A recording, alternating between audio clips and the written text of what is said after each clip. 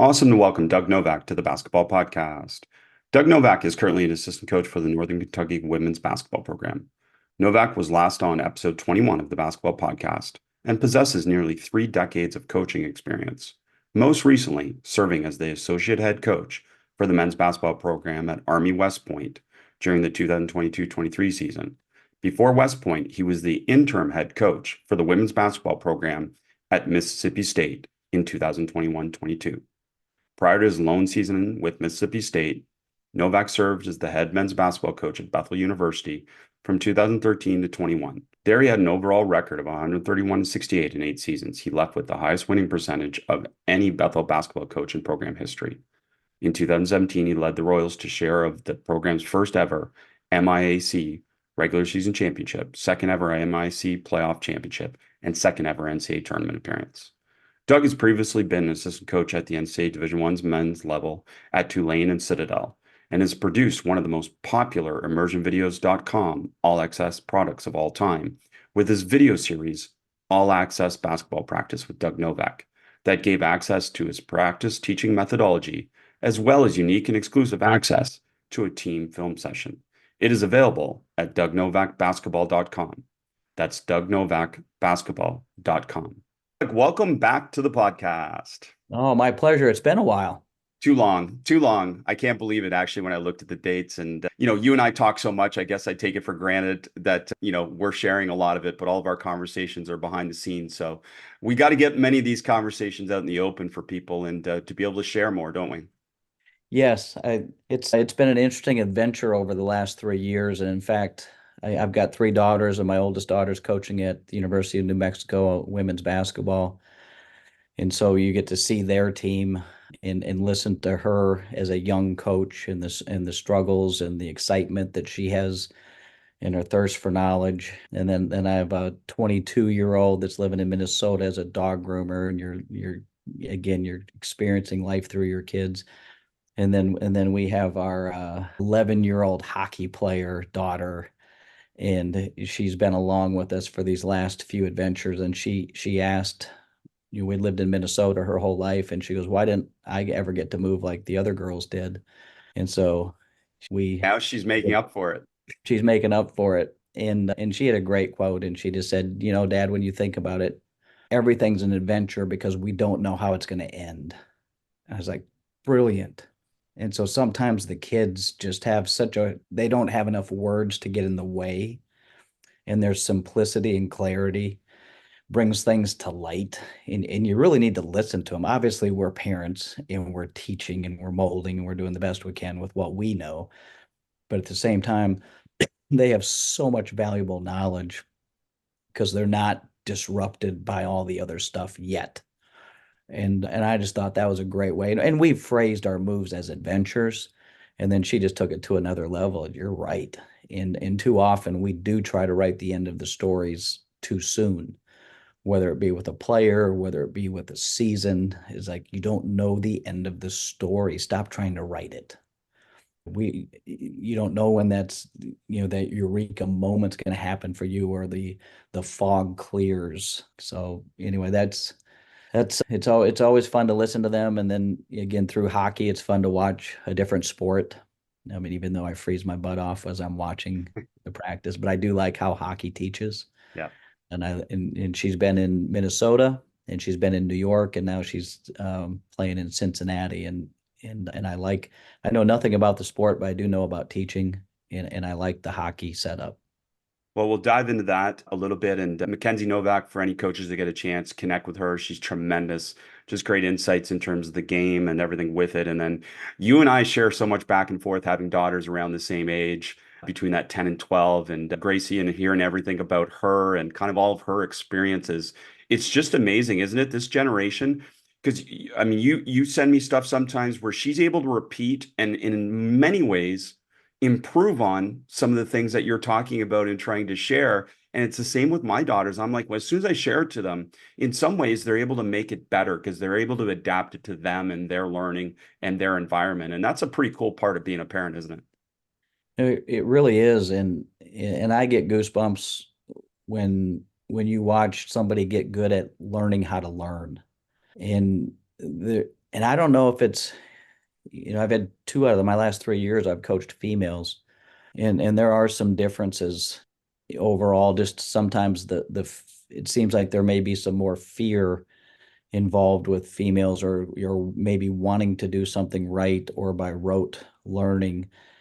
And Grace, just working with her on different things, I love that she doesn't really have that fear in whatever it is she wants to tackle it. And but I think there's a confidence that you get when it is about learning, when it is about experimenting, when it is about trying something, and you want to promote that as a father or as a teacher. How did that feel? And then listen. And again, they're giving you back feedback. They're giving you back words. Listen to what they're saying instead of maybe being so rigid with how we want to have something done, whether it be swinging a bat, skating, making a layup, shooting a jump shot. And then again, 30 years of coaching, you do have a lot more experience and wisdom than she has, but I don't have her eyes, and I am far removed from her eyes. So asking those questions are very important for me to get the feedback so that I can draw upon some knowledge from a past experience.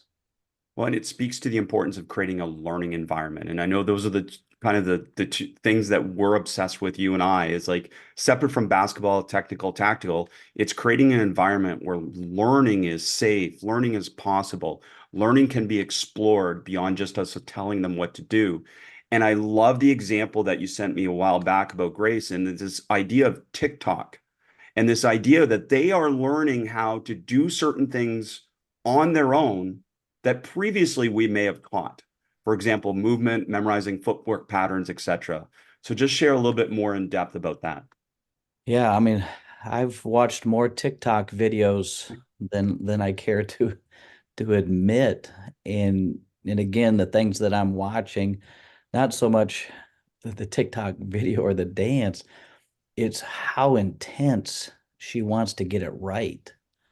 And going back and doing it over, and then going back to her room and coming back. And it's, you know, memorizing a pattern, following, mimicking.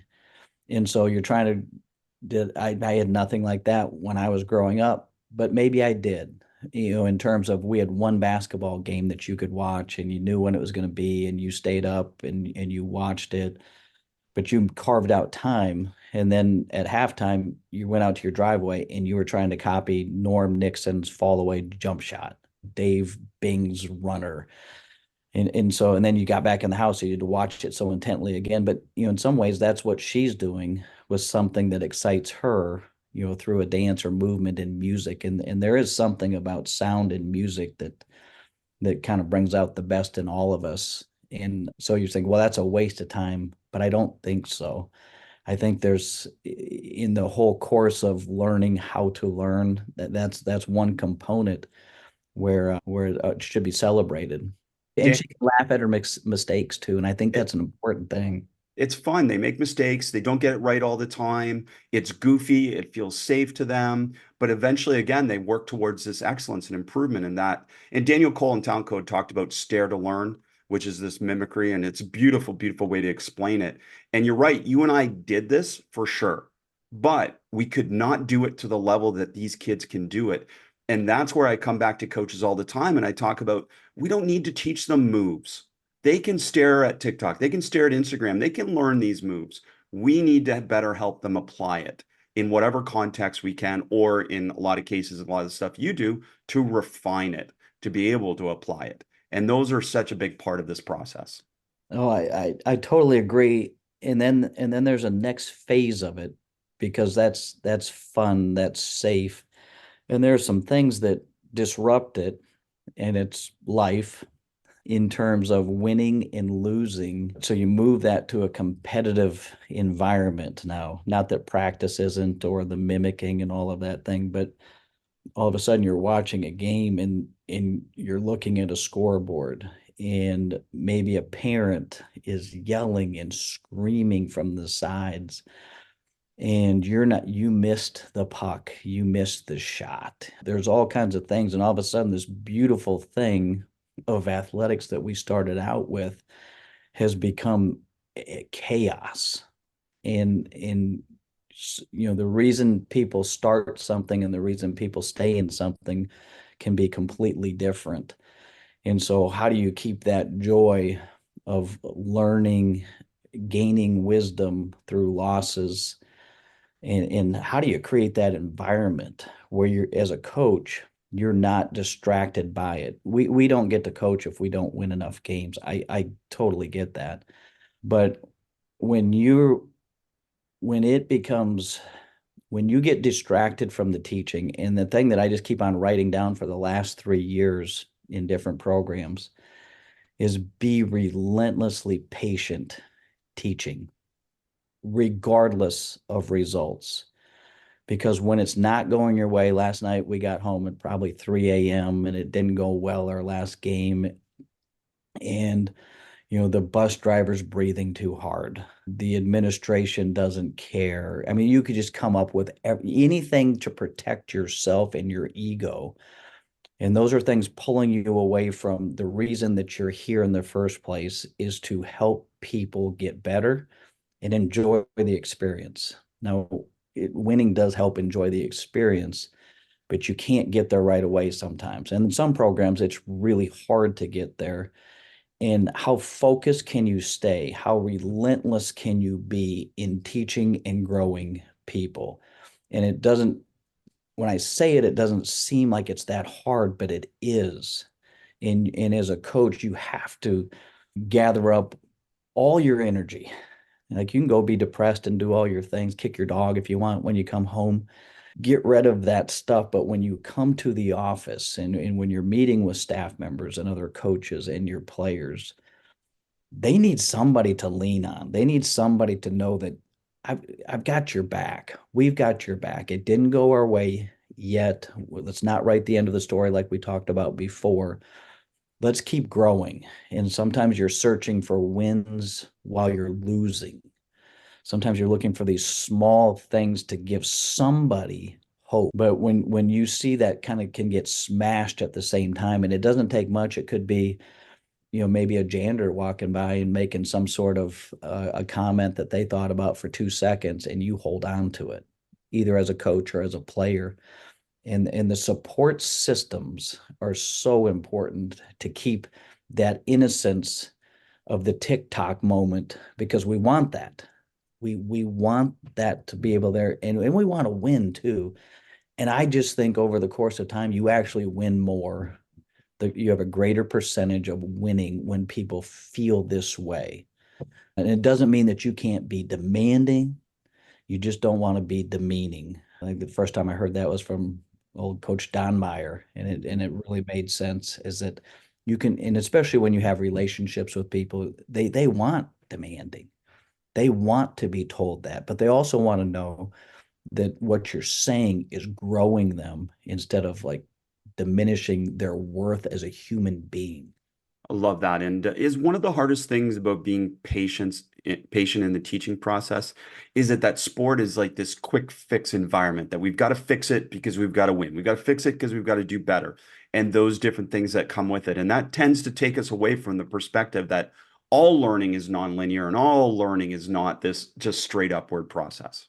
It's like you, I read this somewhere and I liked the quote, but you can't tug on a plant to make it grow faster.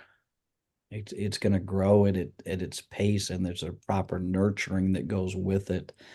And yes, we are under the gun, but at the same time, we are the adults, and we need to act like adults, in terms of maturing players. And it's hard. Sometimes you don't feel like an adult, and you want to feel like, the 5-year-old or the 6-year-old, because the pain is real, and you want it so bad, and sometimes you want it more than they do. And again, that's being relentlessly patient as they come around. And again, as a dad and a husband and having a family, you think, when I first started that thing, I thought we were going to have a family meeting and it was going to fix things. And what you realize, it's over time, and things that you said that you didn't mean to have stick, those are the things that maybe have stuck in your kids' minds. And so it's over time that it comes into fruition. It's never one thing. It's having a hopefully a philosophy in your coaching that grows over time. And again, just reflecting over the last few years, the things I didn't know that was as important as it was. I love teaching. I love the X's and O's, and you have to have it. Like if you're not good at it, no matter what kind of psychology background you have, it doesn't really matter. They have to know that you know your stuff. But I didn't know how important it was to have a general philosophy of life that connected to basketball. I just liked it. I thought it was more for me, but I can see where it is for them too. And you think about Phil Jackson, as strange as he was and some of the things that he did with his coaching, and he searched the world to find an offense that fit the way his philosophy of life was. And so he could fit in his smoking peace pipes with the triangle offense. But it was so fascinating that he spent that much time, and he went through flex, and he went and visited Bobby Knight's motion, and he went through all of it, and he finally found Tex Winter, and the triangle just fit him. And to be able to fit the way he thought the world was with an offense or with a defense, he was able to stand the test of time through the good and the bad, as opposed to just being a transactional coach. We either win or we lose, and here's the new set play to fix it. It was more of a way of life. So, and I know I've heard you talk about this, but just share it with everyone because when you talk about this life philosophy, you talk about this coaching philosophy, you are actually not talking about this big manifesto. You are talking about condensing it as much as possible to what you call program on an or philosophy on a napkin, program on a napkin. This type of idea that you can fit the most important things in this really small space. Yeah, I think life is just trying to knock you off balance. It's hard. I mean, I think there's so many distractions, not just for coaches, but for kids and everything, so that you can get scattered. And if you're not tethered to something, you'll go with anything. And so it's worth the time to think deeply about things that matter the most to you. And then the things that don't, they're just not going to get as much of my attention. And so when you can put it on a napkin, when you can put a few thoughts like these are the most important things to me, and sometimes I'll just ignore something else. I'll look away from it. I'll address it, but I'm not going to address it with the same thrust that I would with these things that we have said this is important to us. This raising what I'm going to raise my voice at and what I'm going to whisper at, and I hate to say this sometimes because you feel like you're not coaching. Well, you're just ignoring that. Yeah, I am, because I think maybe time will solve this one. I mean, maybe we just need some space.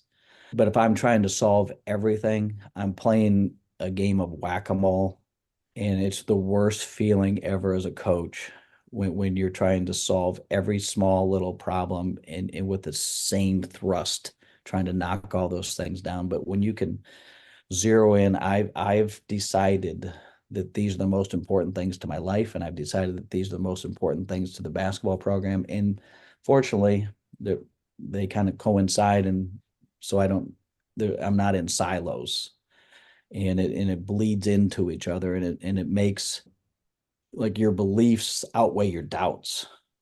And so when you believe in something, it's harder to get knocked off. You will, it's easier to get nudged back. And that's why you want to have smart friends to help you when you start to go off a little bit, just to nudge you back. And then you have spent the time to say, this is what I care about. So, least people think that you and I just share basketball back and forth. One of the things that you share the most with me is like little documentaries or snippets or quotes from music. And we both have a shared love of music. And I think we're both love music so much because you and I, especially you, are obsessed with the process. Because it's the process that leads to the great music. It's not all of a sudden, okay, we have this great product or we have this great finishing move. It's all the teaching and all the process and all the depth that goes into it. And one of my favorite quotes that you shared with me is that you want to be crazy about your obsession.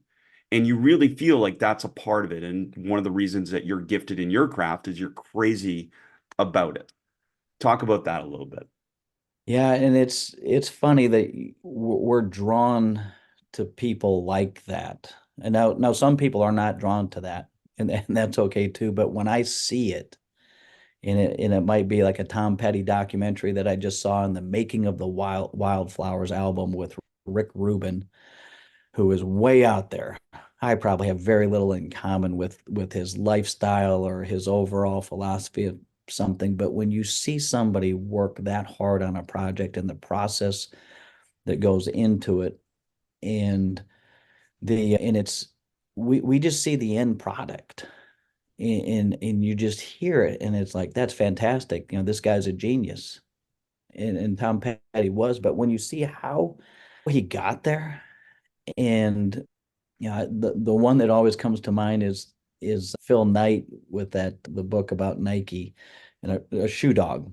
And I'm three-quarters of the way through the book, and I said, "Am I reading the right book? There's no way that he survived all this stuff and Nike is what it is today." We just see Nike and we think it's it's Nike. And it was like this, like you said, like this straight process of success, and it's not. And the music industry really seems to be that. And again, you want to talk about distractors, a musician with all the everybody loves you, they're screaming for you, the temptations, the drugs. I mean, there's everything at your disposal. And those guys, the ones that have stood the test of time, always seem to say the same thing, and that the music is the most important thing. How we get there can be very different. Sometimes they change out drummers. Sometimes they have to let drummers go. Sometimes, I mean, they move it. But Tom Petty and the Heartbreakers stayed together for 40 plus years. Bruce Springsteen in the E Street Band, same things. Well, like, how do you do that? I mean, think about some of your teams. One coach said to me, like, or as an AD, said 4 years is the perfect amount of time for a college athlete. Because after 4 years, they're ready to go, and you're probably, no matter how good they are, you're probably ready to let them go. And you need to have that, almost like a parent, like it's time to cut the umbilical cord. It's time for you to do something else. But to keep a team, to keep a family together for that amount of time, it's not luck. It's a lot of hard work. And those guys are so focused on creating something special, that something that they had their hands on that never existed before, and they produced it. Isn't that amazing? This never existed before.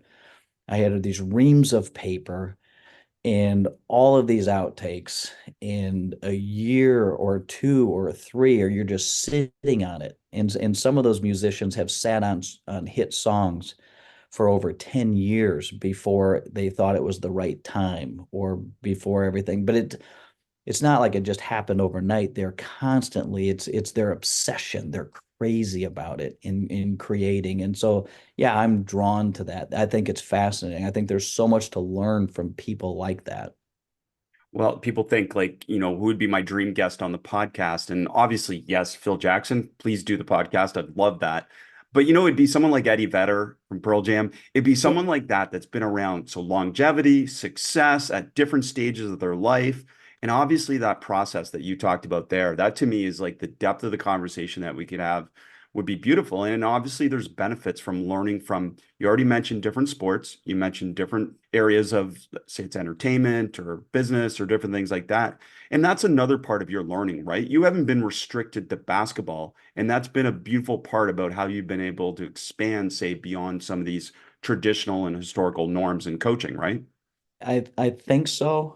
And again, I think it comes back to the fascination of just learning, or the curiosity that allows you to be drawn to something. And so there's always a connection there. It's not just some random thing like, hey, I want to take a look at that. There's something that I'm drawn to that connects, and it's probably coming right back to our team, and how it might help them.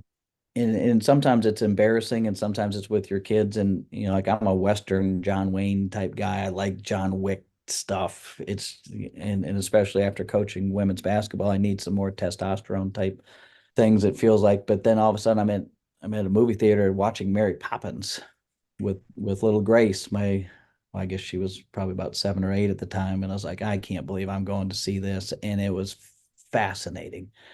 And I'm all into it. And there's probably some pollen in the theater, so my eyes are starting to water, and I don't really do that stuff. And I couldn't wait to bring it back to the team and share some lessons from Mary Poppins. And they're looking at me like, "Are you nuts? Like you don't really do that?" No, I don't, but it caught me.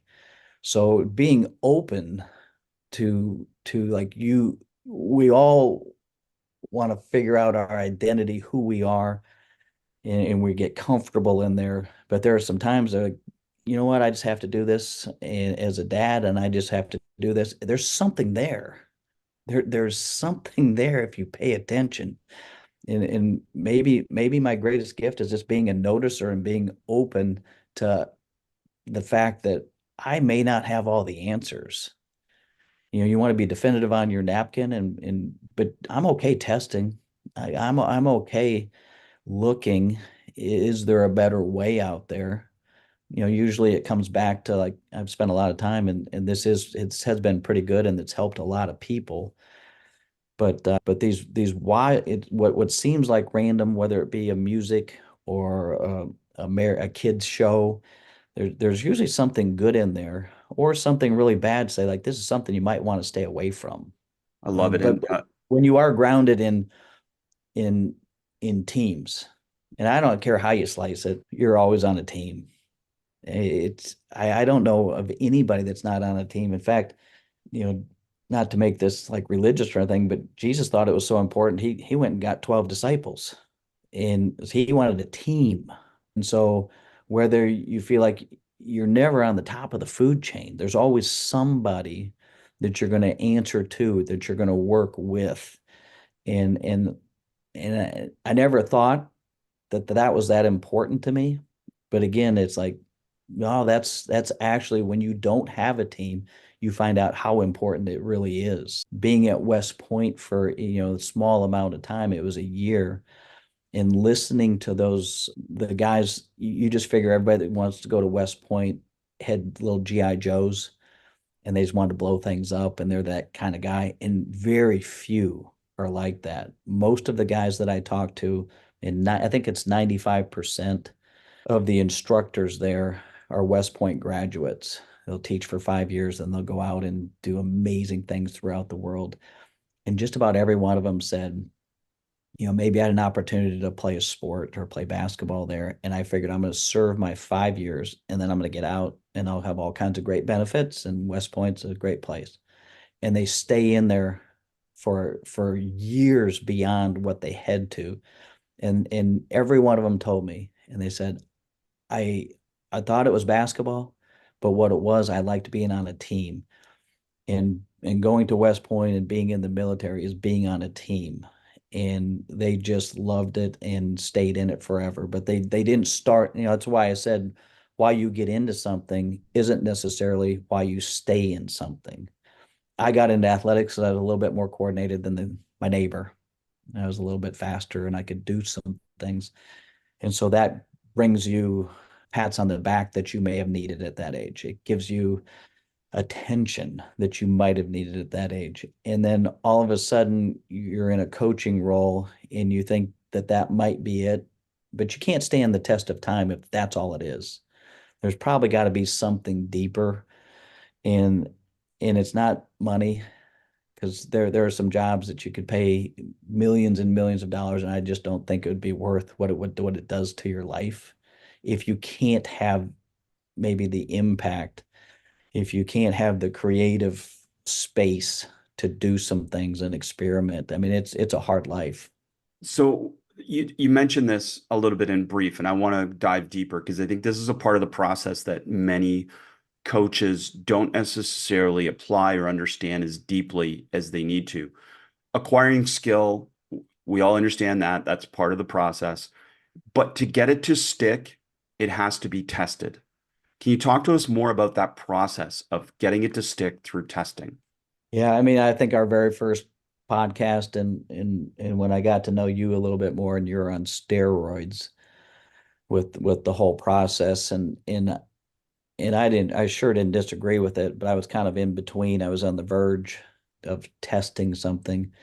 But as a younger coach, you're talking about, man, our 5-on-0 offense looks good. They are crisp, but they're really ready to go. And then you stick defenders out there and they lose their minds. And so you can't quite, and especially at an early age, you can't, like, what's wrong? There's something wrong. You know it, you feel it. It's got to be them, because you always protect yourself first as a young coach. It's their fault. And then what you start to realize is that, okay, fine, like, just so that they know general areas and space is important, and you can't have too many people on top of each other. You got to disrupt it. And you just can never get to a, like, where are we? And maybe, just to go back as a younger coach, is like, I actually need to feel like we're okay. I don't want to know. Maybe subconsciously you don't want to know exactly where you are, because you don't have the answers of how to fix it. You don't have the patience how to fix it. And the older and maybe more experienced you get, is like, I've got to have information now. I need it as soon as possible. So anything 5-on-0 that's not tested, we want to go through that as quickly as possible, and then mess it up a little bit, and mess it up with other people.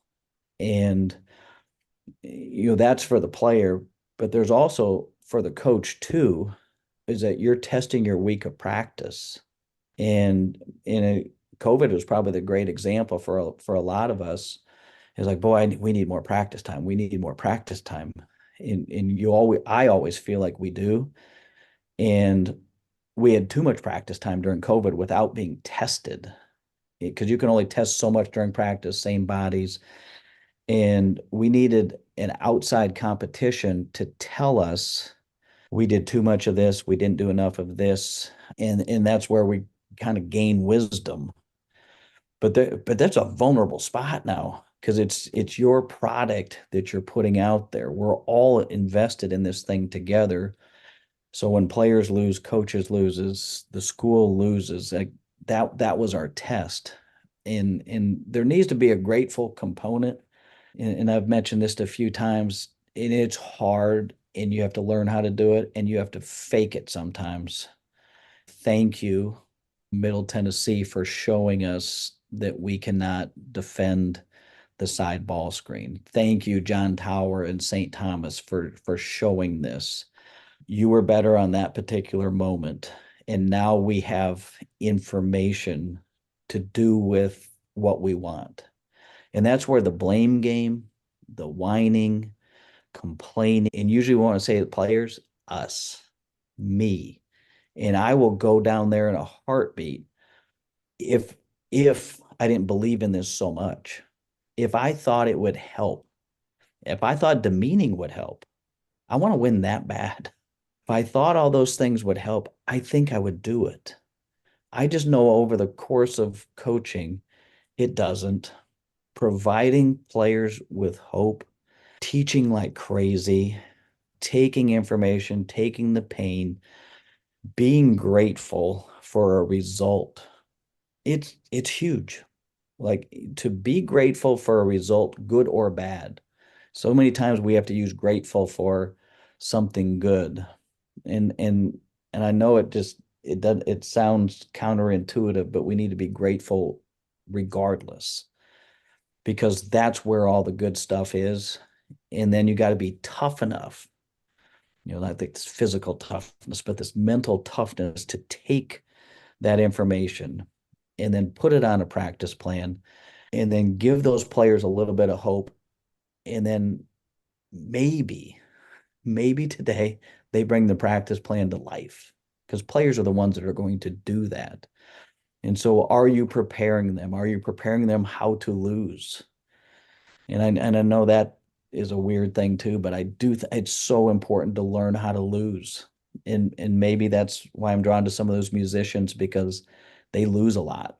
They have some bad songs on there. They have some bad stretches in their careers. They lose. How do they rebound? How do they stay with it? How do they find their voice? And again, it's just you do it with people, you do it with a group. When you're ready to go nuts or crazy, somebody with wisdom can mentor you back in to what you really believe in. And then, like we said before, it's having it on that napkin. This is what I care about. You know what I care about. I love it. I love that phrasing, be grateful for a result. And I've gone to when I do consistent player development sessions with different groups at the beginning, we get together and our cheer is get better. And at the end, it's got better. And then throughout, I'm always encouraging them that after every transition between, because we're always offense versus defense, between every transition, that they thank each other.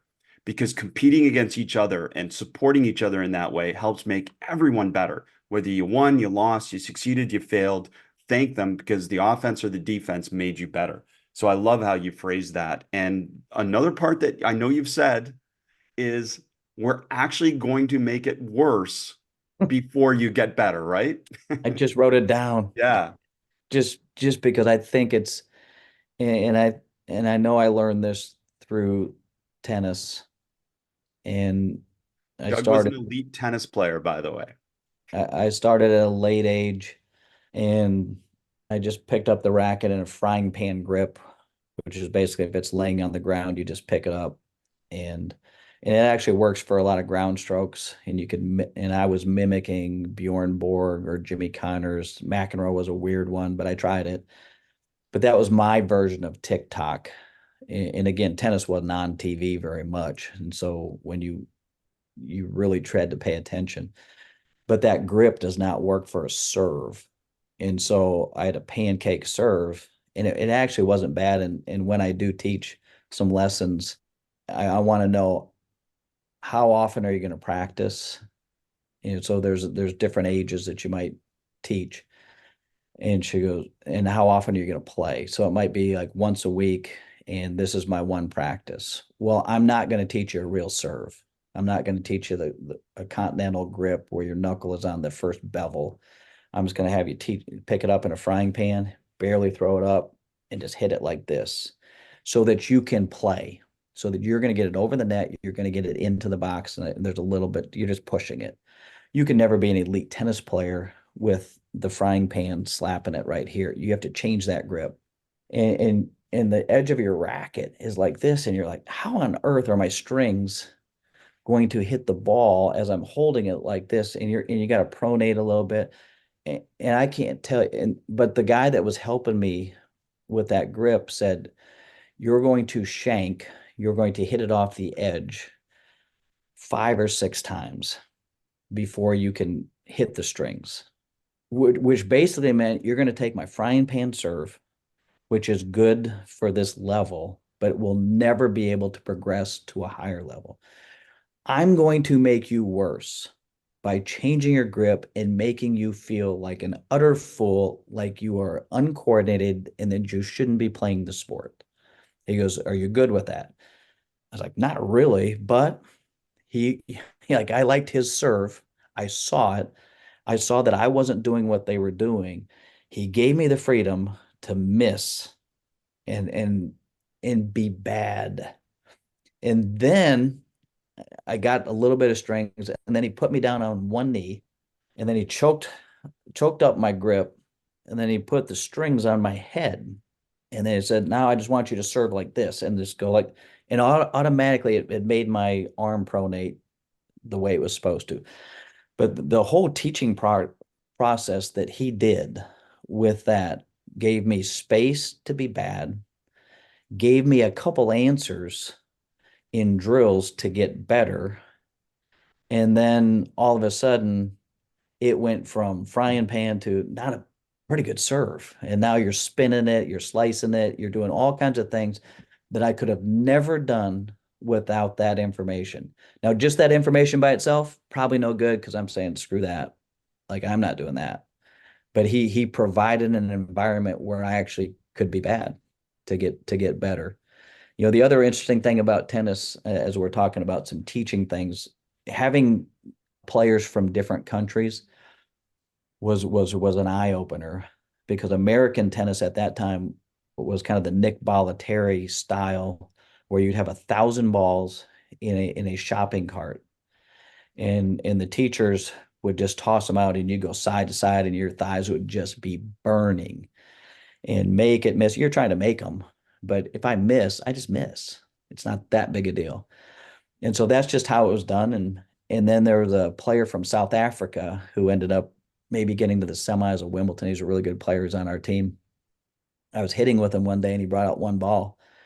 I said, "What are you doing?" He goes, "This is how we practice in South Africa."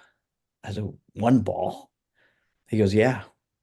Well, when you only have one ball, you have a tendency not to miss because you have to go chase it in the net or go run the ball down. So just the mindset of, we have one ball and it means a lot.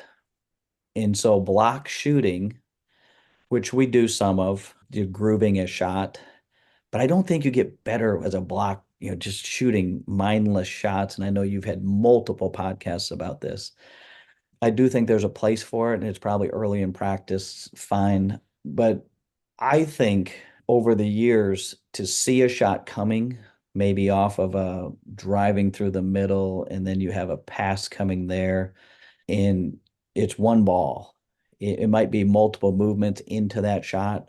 And even if it's on air, like I'm okay with that one. And then you throw a defender out there, because I think that's the next level of the shooting or not to shoot, the decision-making piece of it. When I was a kid, I remember shooting and shooting and shooting. And the more I shot, and then I went and played games, if I spent too much time just shooting by myself, my shot pocket dropped and it got too slow, and I didn't know when to shoot it. And there's something that's going on in your head. Is like, I'm practicing, but I'm not getting better when I play in these games.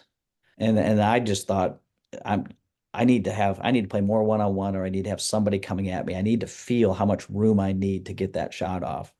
So a little bit of block shooting, fine. And then could be choreographed, where they're a baseline drift plus a one up. So I'm sitting there, because a lot of kids are just sitting there like, I'm not involved in this. Well, if you're playing a conceptual style offense, which more and more people are playing, the ball's getting whipped around. Like, you better be ready and say that, like, I'm the next shot. If this comes, I'm kind of shot ready and all that stuff that you might want to teach. And then you throw, so that's great, because that's a teaching component. And then you throw that defender out there, mine or yours, or attack. And decision making, I've been thinking about this one quite a bit. It's not just mine or yours. There's so much to it. It's like 1 foot or 2 feet. As I'm going to go finish it, how am I going to finish this thing? Do I keep my dribble alive? I mean, there's so many different things that could be going on, that if you're just doing it on air, because you told them, okay, let's get 5 reps of dribbling down here and going to a Barkley or a Barkley. Let's get 5 dribbling under, and let's get 5 dribbling out. Okay, there's the technique of keeping a hand on the ball so it doesn't fly on you. But then, when do I use these things? And the only way to figure out how to use them is to be tested. And the testing part is going to give you the information. You're going to get a result. So we want to get to results. And then it goes back to the grateful piece. So when you dribble it off your foot, or you make the wrong one, be grateful for that, because he just told you something. Now, what you do with that information, how you process it, are you gonna get pissed? Are you gonna blame him? Are you gonna say this is stupid? Like, that's up to you. But the more we can teach people how to use information, and then just, if it goes in, it doesn't go in, one's good, one's bad, not necessarily. And then as a coach, can you create a little, I hate the word safe space, but it is relevant. Can you create that space to be bad? Like, you're supposed to be bad right now. You can you can help these kids grow but if it's just like screaming and yelling and demeaning, you gotta finish that shot. Well, do you think he went up there trying to miss it? No. He did the best he could, or she did the best they could, with the knowledge they had at that particular time. That's it. So it's on you too. You, for whatever reason, we have not been able to impart what we see to them. And how do we get there? So it's not just their miss, it's our miss, and we're in this thing together. And I think that's important. I wanted to know that as a player. Do you have my back? Or does it have to go in for you to have my back? Because that matters in terms of growth. That matters in terms of getting tight. So much beauty in everything you said there. And as you're saying that example from tennis, multiple balls, you miss one, the next one's coming, so don't worry about that one, versus the one ball. That strikes me a little bit about AAU basketball. You play so many games that just don't mean anything. Like we're on to the next one. We lost, we won. I not tell you any of our records for any of my daughter's teams because it just doesn't matter. And that's Right. too bad in a sense because I'm all for them not mattering if it was really about development. And that means we should have a safe space for coaches and players to try things and to be out of position and not be labeled and just experience and all that. But the problem is we approach all these games like we want to win, but then it means nothing at the end of it, whether we won or lost. And it's Right. such a contradiction. And I wish we would choose one path, at least in the experiences that I've had so far, because it would help players either develop a better competitive mindset or just develop better within the framework of this safe space. Well, I mean, we're always trying to protect ourselves from like pain, but the pain is important. And I'd rather not have it. I would rather make every shot. I'd rather win every game. I mean, that's what I want. But when it doesn't matter, it's hard to grow. Like, again, to go back to Grace's TikTok, for whatever reasons, I have no idea why it matters so much that she gets that dance routine down, but it matters. And so is she getting a medal? Is she getting money? Is she getting, and sometimes I'm not even so sure that she needs me to watch it. She likes for me to watch it because she'll stay in there for hours trying to get it. And she's not Uh, sharing this publicly either necessarily either, is no, she? she has Neither no am public I. Yeah. account. We don't have a public account. I Yeah. still am scared to death of No, having me my kids too. on social media. It's not about sharing it publicly for public credibility. There's just an obsession about getting it right. Yeah, and it's hardwired in there, and it can be taken out.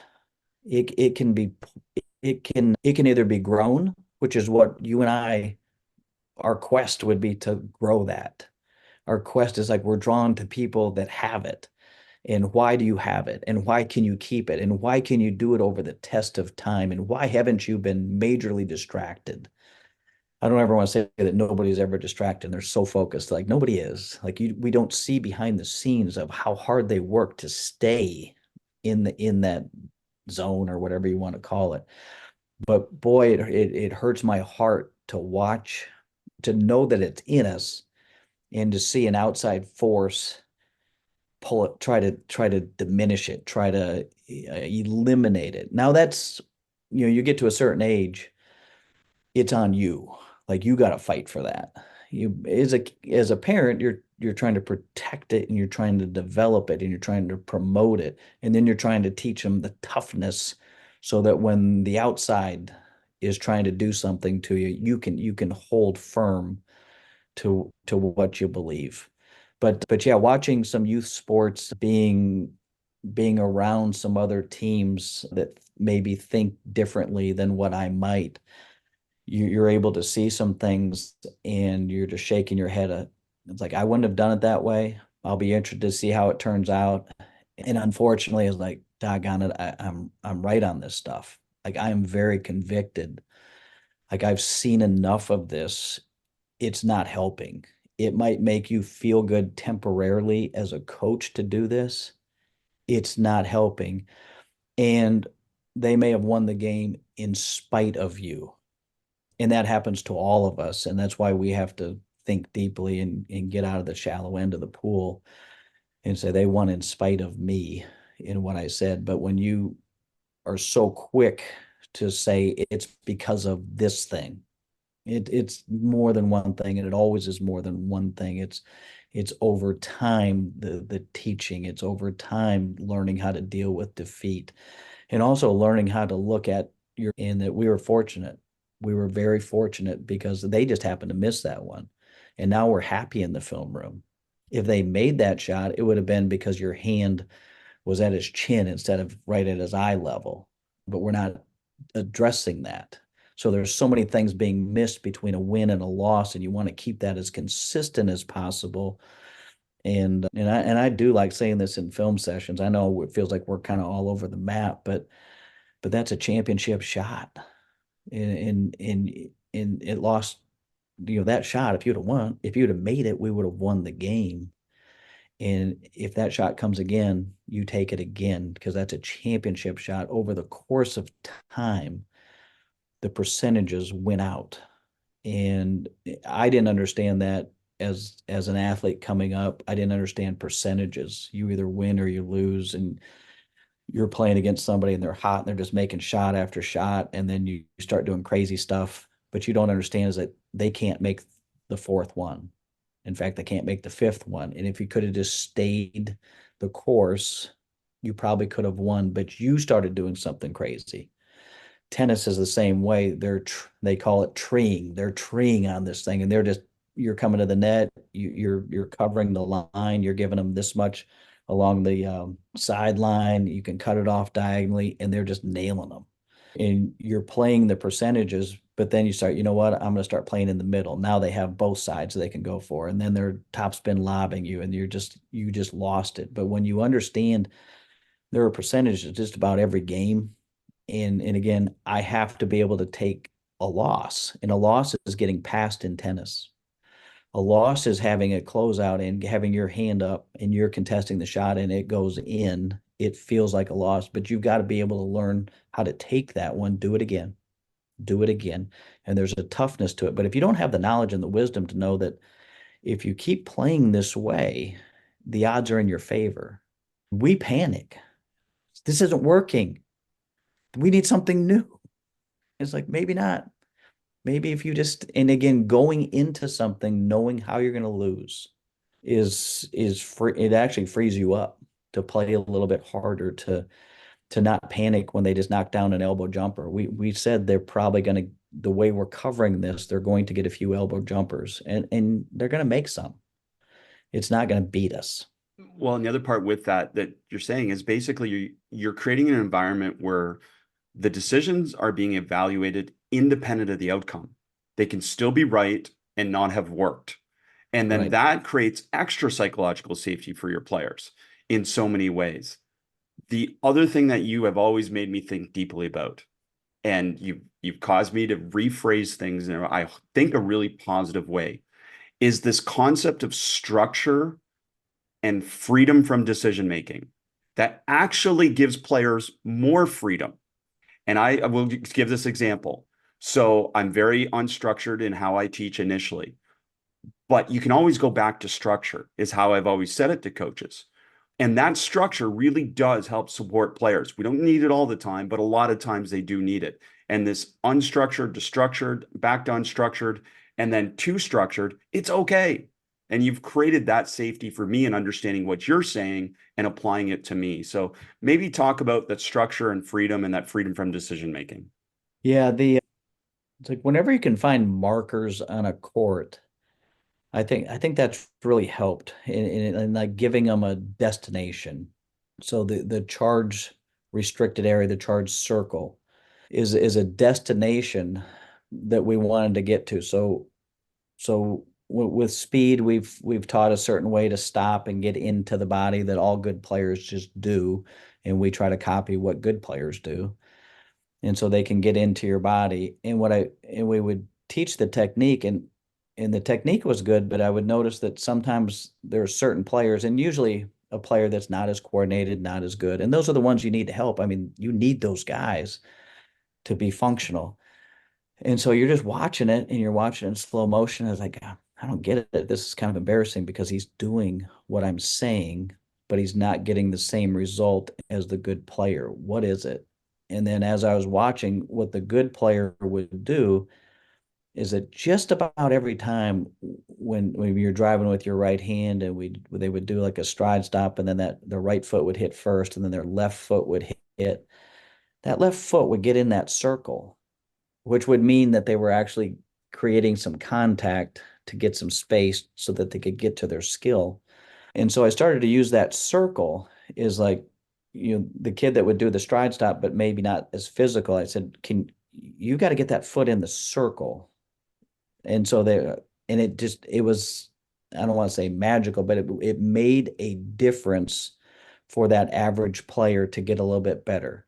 And then it came to the point where life's not perfect and you can't always get into that circle with whatever your ball screen reject, whatever's happening. Now what do we do when you can't get into the circle? Don't pick it up. Like don't pick up the ball. Keep your dribble alive. And then here's some things you can do. There's usually room underneath the basket, but not always. And so you could dribble underneath like hockey.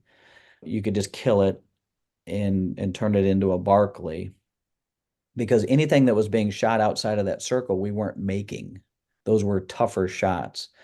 And so we gave them a destination and we tried to free them up by saying, we actually don't want you to take a shot unless you can lay up something good around the rim, unless you can get into the circle. And then we looked at that circle and we said, you know what? There's a couple angles within that circle that aren't very good either.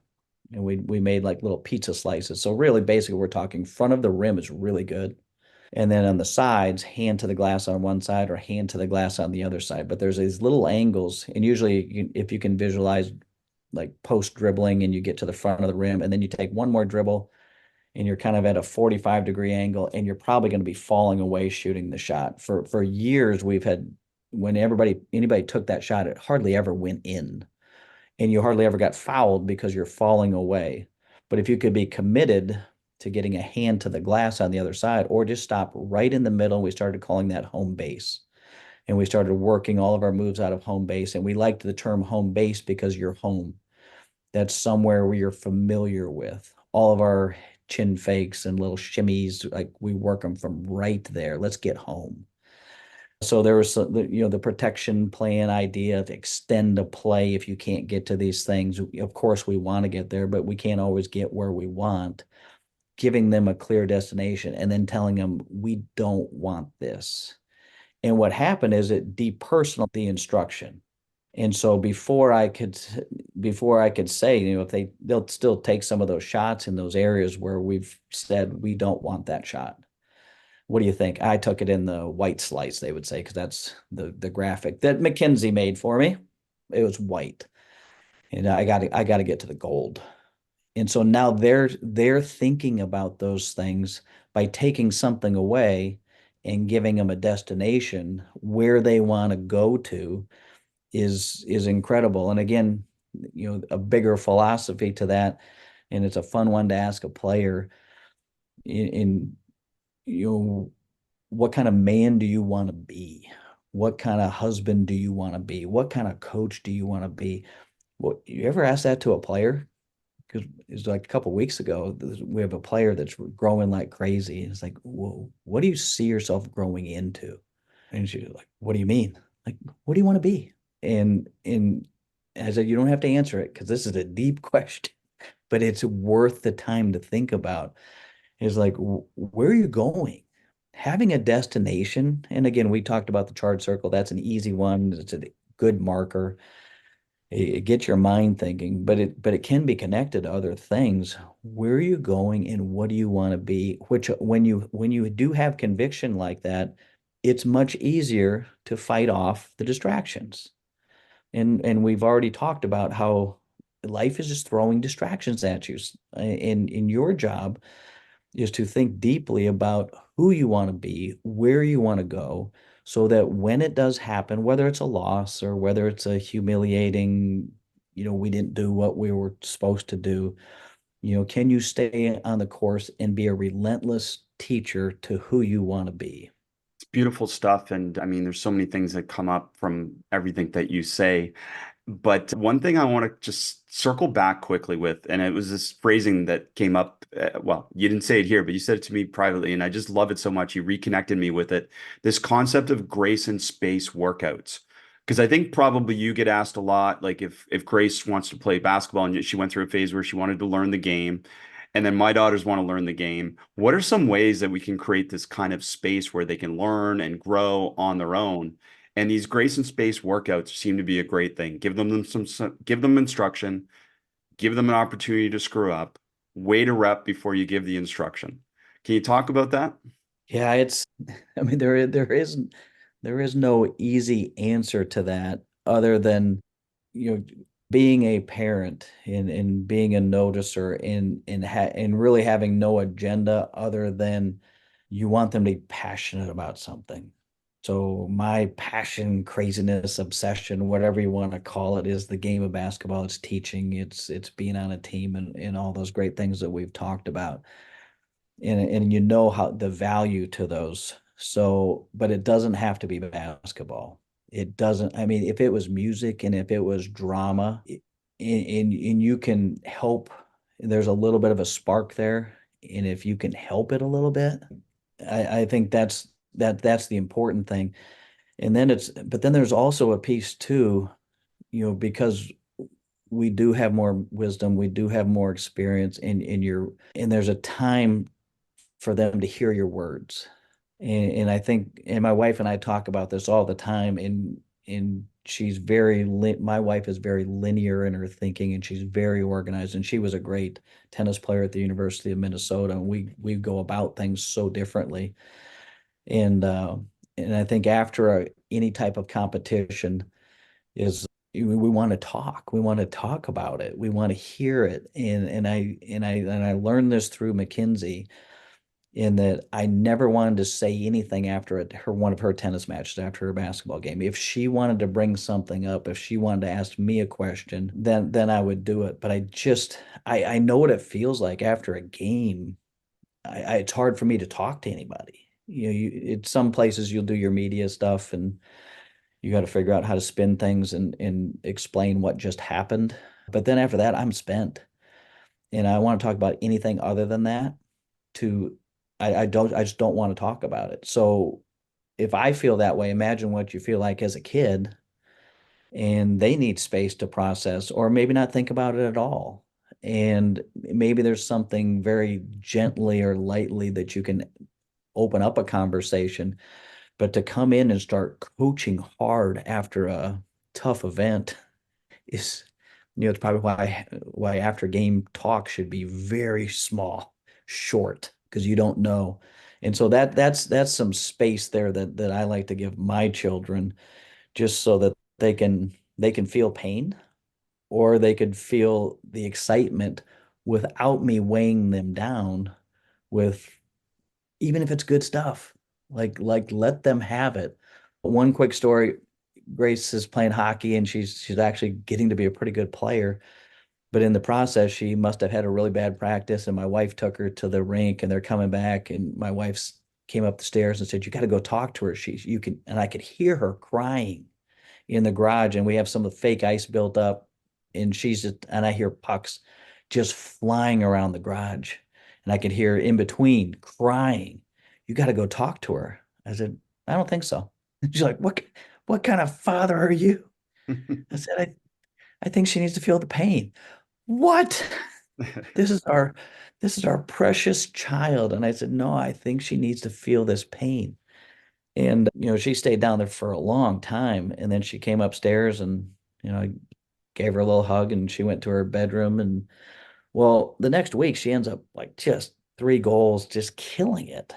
And I think they need room to process. And again, I don't want to see my daughter in pain ever. But I also know that maybe she needed that, and maybe she needed to stay down there and hit a few more pucks. I don't know.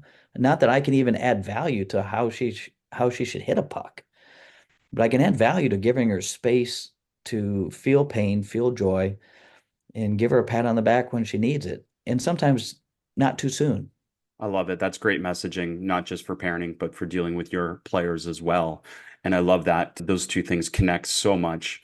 The last thing I just want you to talk about a little bit is this concept of the rabbit hole. Because I love the way, obviously, you and I go down rabbit holes all the time, but that's not what we're talking about here in terms of the gift of not going down the rabbit hole. Yeah, I I like props. And so we'd like a little ice cream truck. And so it started as, somebody just goes off topic in our house. And I said, listen, stop chasing the ice cream truck like the dog would go chase an ice cream truck. And then the goal of just not going down every rabbit hole that you see, to be able to stay focused. And there's a time and a place for it. And I'll go down rabbit holes all the time on my on on my own volition. I want to do this. And again, when you are reading biographies, when you're watching these documentaries, when you're listening to podcasts and somebody else has mentioned, and like, I want to know more about that, the connection piece. And it starts with one book, but then something was referenced in that book. And then you go down that rabbit hole and there's a whole story under that. That's fascinating. That's fantastic. But you are in charge of your own learning with that. When you're on task and you're trying to complete something, and you start going down the different rabbit holes of order of teaching. There's something wrong in the gym with the garbage can. There's something wrong over here. I mean, you're just getting pulled in all different directions. I don't want to go down those rabbit holes. And when you're dealing with a player sometimes on individual conversations, 95% of the time it's about playing time. There's other behaviors that are coming out, there's this, but if you can deal with the playing time one first, and some of them are just, you think you're good at what you do, but some of these kids are better at it than what you are, about getting you down rabbit holes, about moving down here. Now they might be struggling in life, they might not even be doing great academically, but you have to respect how good they are about getting you down rabbit holes and changing narratives of what the conversation needs to be. And you always have to bring it back. I can't, because if you go there, you can't win that argument. You can't come to a common ground because there's not a winnable solution for where they want to take you. And so we're not going to go down that rabbit hole. We're not talking about that. We're only talking about this. I want more playing time. Okay, I get that. I've made the decision right now that you are not going to play. What do you want? I want to play. No, I made the decision right now that you are not going to play. Now, what do you want? You're not listening to me. I want to play. And usually by the third time, then they'll tell you something. And so you got to wait them out like three times. And then it'll come to, well, what do you want to get better at? Is there something you want to get better at? Well, I want to work on my left hand finish. Okay, let's get that. So if we can get it off the playing time, because I made the decision you're not going to, is there something else that you want? And it doesn't work all the time, but a lot of the time, if we can get them lost in the game and then thinking about maybe growing themselves, then you have a chance. But if it becomes strictly about playing time and there's an argument, well, I'm better than him, I said, don't care. I made the decision. I'm the bad guy right now. Now, what else do you want? If I can get them to that conversation, we have a chance. But that's why I bring up rabbit holes in a negative way. So there's a positive one that are very good for curiosity and creativity. And then there's ones that are destructive and just get you down to places where you can't come to a solution. I just love that example. So I'm grateful you shared that with all of us. As much as you and I, when we share like this, seem like we have all the answers and that we know it's going to work out and practice is going to be this amazing environment, this great place for learning. Doug, it still doesn't work out, does it? No, it doesn't. And I actually have, over the last 3 years, learned to have some more empathy. I had such a nice little setup at Bethel, and we had great kids, and the foundation of how they were brought up was fantastic. And then I've had some unique moves over the last 3 years, and at Mississippi State in particular, I do remember, and I'm in that situation with practice, and there's nothing that means more to me than having a great practice. and sometimes I mean, this sounds weird, but I actually enjoy that probably more so than the game itself, win or lose. There's an initial euphoria of winning, but I lost a lot in in practice. practice. Yeah. And so all these great ideas and all these things, here's a little juice drill that like everybody gets going on this one. And it was like nothing. Everything was falling on dead ears and I wasn't connecting. And I like to use sarcasm sometimes, and it just was a disaster. And I was having to pick up the pieces all the time. And I had to, and I questioned some of the things that I spoke very deeply about in terms of having conviction on over the course of all those years. And I was like, they're beating me. And you go home and you feel like a failure, and am I doing this right? And you just keep coming back, and I kept coming back, and that's where that term relentlessly being patient in teaching. And I know that I have to talk to them a little bit different than I have some other teams. And and I really, you talk about writing the end of the story. I was ready to write the end of that story. Is like, this is not going to end well. This is going to be a disaster, and it's me. Like I couldn't do it. So all this stuff, I want to be tested and I want a result. I was a baby in my back porch. It's like, I don't want this result. I I want I didn't want my stuff tested like this because I'm getting my butt kicked and we haven't played a And just to game. qualify for people, you went to Mississippi State as an assistant coach, and then you ended up becoming the interim head coach at a certain point in the season. And you actually ended up with a winning record and some good wins and some good success. But overall, the challenges really, really were challenging for you. No doubt. And and while I'm thinking I'm not getting through, nobody's listening. We're not moving at the pace that I'm accustomed to. I'm failing every day. I mean, that's what I'm feeling. And each day I'd have to roll up the sleeves and come back out there again, and we're going to get this done. And each day I came out there and I lost. It was over and over. And you talk about having to have some toughness there to stay in the fight. And the fight was to play good basketball. The fight was everything that we've talked about on this podcast, everything that I believe in, and to not have it quite work the way it has in the past. I mean, you're really tested like no other. And then to this day, I can't explain what happened. I think it just one day it just flipped. And one day there's a press conference and we won a game, and you're hearing one of the girls, one of the women, repeat the things that we would say in practice. They're hearing it, but there's a trust value, and I get it. I get it more now. Again, 2 years removed from that now, is that why would they trust a coach? Any coach. I mean, if you've had the experience of this is a transactional thing, and you're going to get me the next job, or you're going to get me an SEC title, or you're going to get this, or you're not, and I'm going to get someone else. But if you stay in there with them and they're like, well, maybe he is going to stay here. Maybe he is going to, have my back when I need it. Maybe this is going to happen. But that doesn't happen in a one-time meeting. That happens day after day, adding value each day, protecting, growing, developing, taking punches. And so you start this thing, you want to be a coach and you want to make an impact. And I want to do this and I want to do that. And you're like, maybe I have, maybe I haven't. But I remember there is like, if I could make a dent, maybe a scratch, like I'll count this as a success, which allowed me to stay in it and not even thinking about the winning or losing. But it's just like, can you just make a little bit of a dent?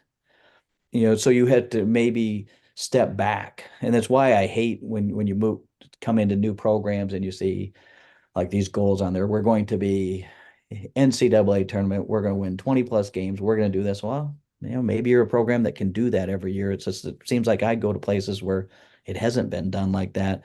and you know pretty quick that you're not going to meet some of those goals. And if it's just about those goals and not about the growth part of it, it is harder to connect with those kids while times are tough. It's absolutely a great lesson to be able to share with all of us, as is everything that you share with us all the time. And Doug, so grateful for our friendship and so grateful that you take the time to be able to share with us. And we'll do it again much sooner than the last one for everyone to listen to. But thank you so much for sharing with us. Thanks for all you do. It's awesome. And we've talked about before the many bike rides I've had that podcast on, and even though we text a lot, and I just feel like we talk just about every day because I'm listening to all the good stuff that you have out there.